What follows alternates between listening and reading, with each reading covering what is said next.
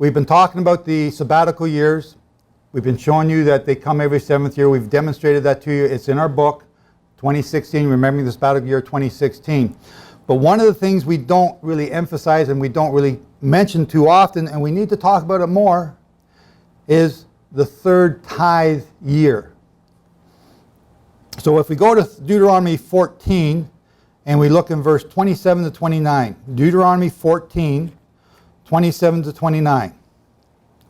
You shall not forsake the Levite who is within your gates, for he has no part nor inheritance with you. That's one part of this. At the end of every third year, so that's every third year in a sabbatical cycle, so that's every 3 and 6 year out of 7. Remember, you only count to 7. Just ask your 3-year-old if you don't know how to do that. At the end of every third year, you shall bring out of the tithe of your produce of that year and store it up within your gates. And the Levite, because he has no portion nor inheritance with you, and the stranger, and the fatherless, so that's the orphan, and the widow, who are within your gates, may come and eat and be satisfied, that the Lord your God may bless you in all the work of your hand which you do. We need to pay attention to this verse. And we're going to show you a couple more verses here to help you understand why you need to pay attention. Go to Deuteronomy 26, verse 12 to 16. When you've done this, when you have finished doing this third tithe year, when you have finished laying aside all the tithes of your increase in the third year, the year of tithing, and have given it to the Levite, the stranger, and okay, by the way, here in Ohio, I'm a stranger to you guys.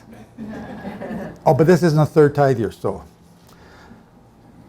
The stranger, the fatherless, and the widow, according to all your commandments, which you have commanded me, I have not, and this is a prayer you say, I have not transgressed your commandments, nor have I forgotten them. So if you're not paying that third tithe year and taking care of the widow, you're transgressing that law, whether you know it or not.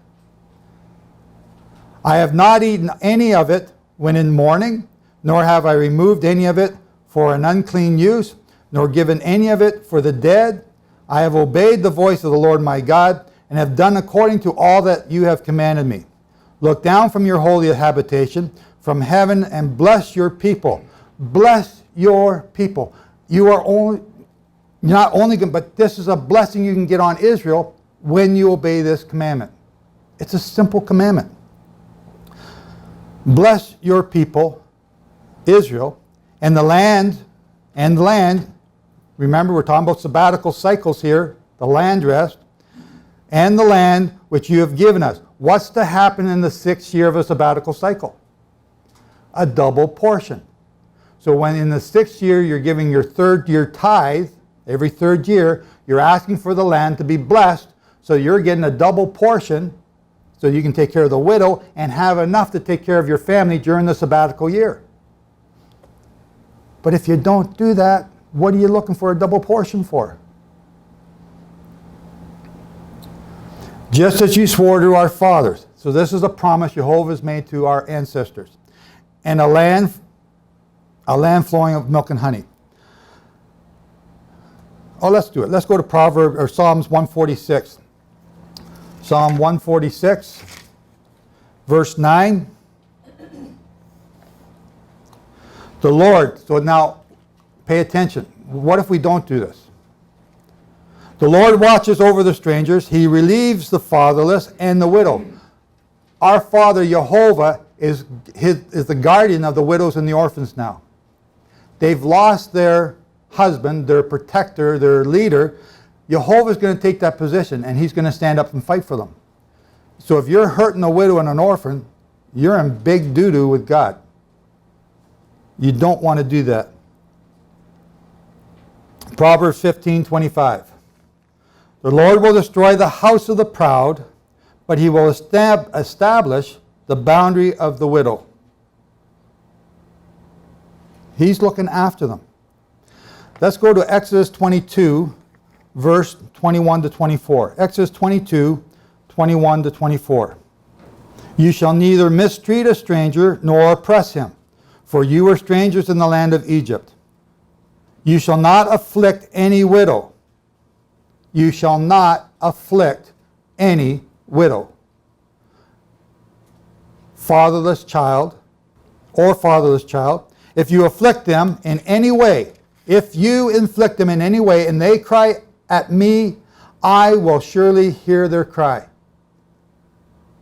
Do you hear what's going on here? And my wrath will become hot, and I will kill you with the sword. Your wives shall be widows then, and your children shall be fatherless.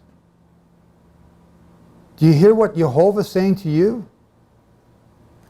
I'm going to read that one more time because I know how thick-headed and stubborn and stiff-necked some of you are.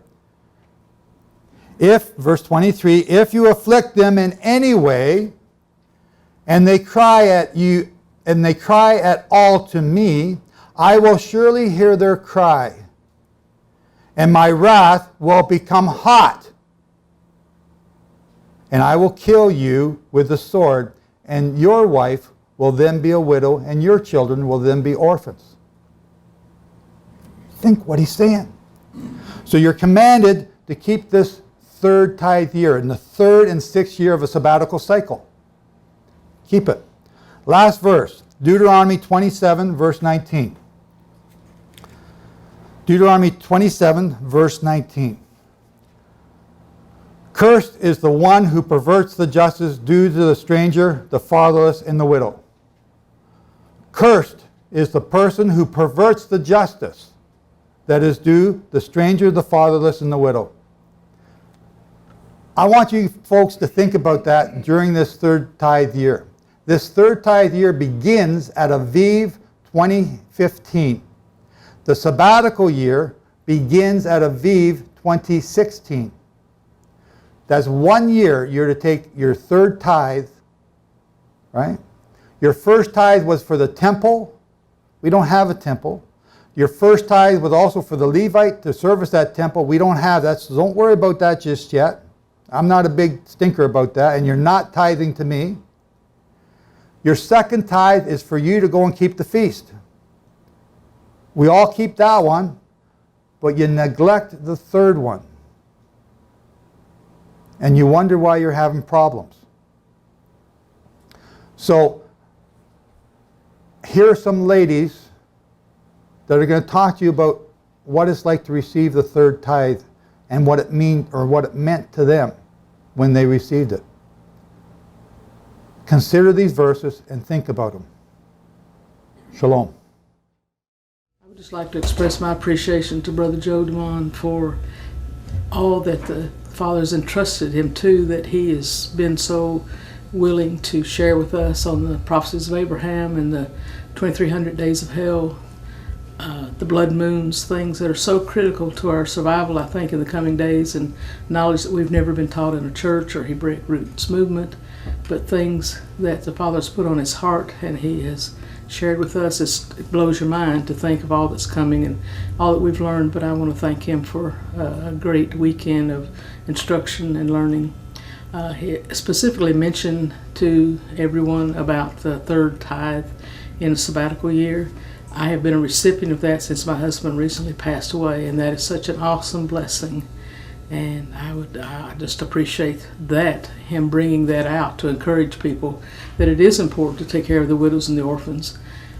If we want to have the blessing of the Father upon our lives, then we need to be obedient to what the commandments are telling us and what his word is telling us.